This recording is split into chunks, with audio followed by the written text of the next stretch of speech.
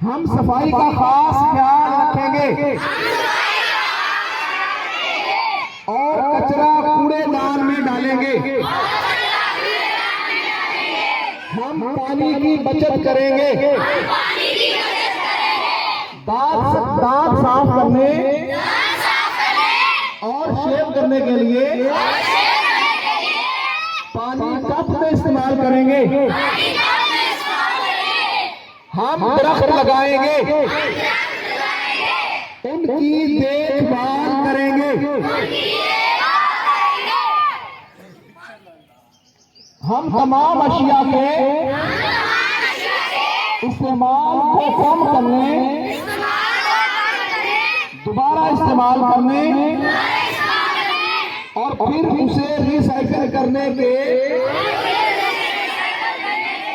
उसूल पर अमल करेंगे। हम ट्रैफिक कवानीन पर सख्ती से अमल करेंगे। हम किसी भी माहौल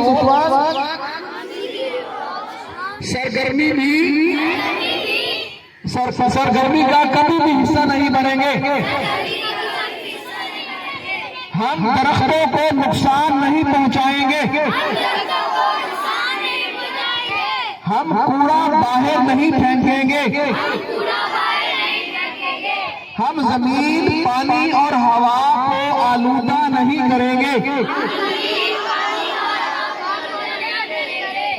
हम प्लास्टिक और कूड़ा करकट को